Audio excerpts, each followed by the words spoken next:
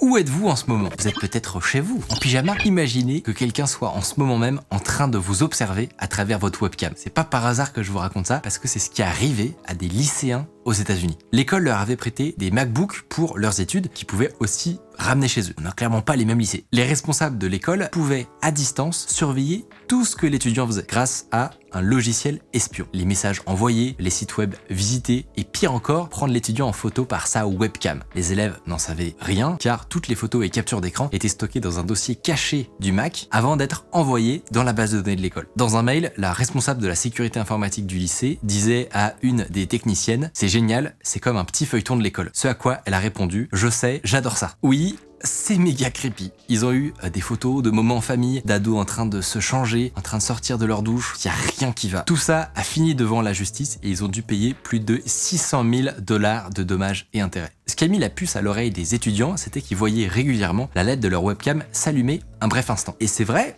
que c'est bien pratique cette LED. Certes, ça n'empêche en rien de se faire hacker, mais au moins, on peut pas nous observer à notre insu. Mais est-ce qu'on peut s'y fier? Apple prétend sur son site qu'il n'y a aucun risque. Mark Zuckerberg, par contre, le patron de Facebook, lui, il cache sa webcam. Du coup, qui croire? Je vous laisse vous abonner et mettre la cloche. Générique.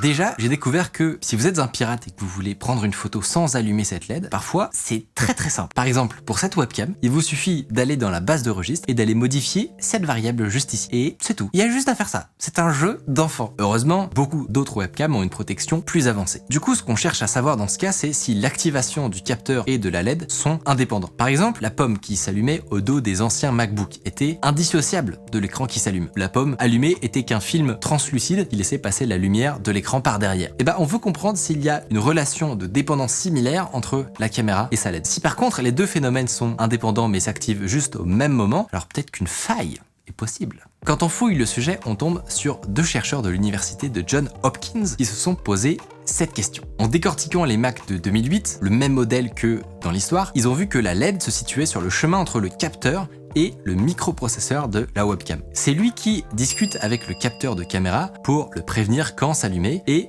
réceptionner les images. Le seul moyen que ça ne se produise pas, ce serait de carrément reconfigurer le capteur. Et avec une configuration très précise, on peut lui faire ignorer le bon circuit électrique. Ça, c'est la théorie, parce que aller modifier un vieux paramètre d'un composant d'une carte électronique à l'autre bout de l'ordi, c'est pas prévu. Mais alors le faire sans rien ouvrir, c'est de l'art. Pour ça, il faudrait trouver un moyen de modifier le logiciel qui dit quoi faire au microprocesseur, son firmware, pour que lui-même aille ensuite modifier les paramètres du capteur vidéo. Il faut bien se rendre compte de à quel point c'est compliqué de faire ça. On parle de trucs très bas niveau et totalement improbable. Et devinez quoi? Les chercheurs ont réussi. Et le pire, c'est qu'ils ont même pas besoin d'être administrateurs de la machine. C'est de l'art, je vous dis. En fait, le seul moyen d'être vraiment sûr de ne pas pouvoir dissocier le voyant et la caméra, ce serait carrément de les monter en série. Si vous vous rappelez vos cours de techno, ça veut dire qu'il n'y aurait qu'un seul courant qui traverse la LED puis la webcam. Si on interrompt le cycle, le courant ne passe plus et la webcam ne fonctionne plus. Dans ce cas-là, la seule solution, ce serait le fer à souder. Rassurez-vous, c'est ce qui équipe la plupart des ordi modernes.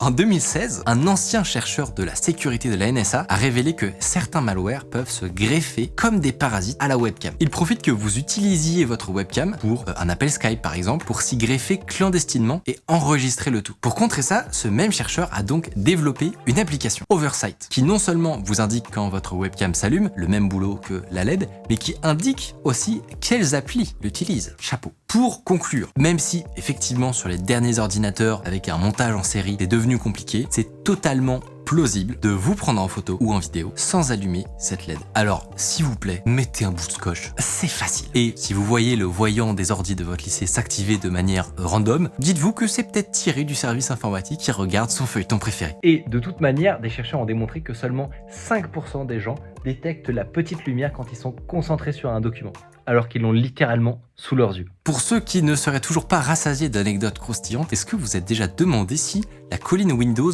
existait vraiment? On en parle dans la story Instagram de Micode en ce moment même. C'était Mickaël, salut!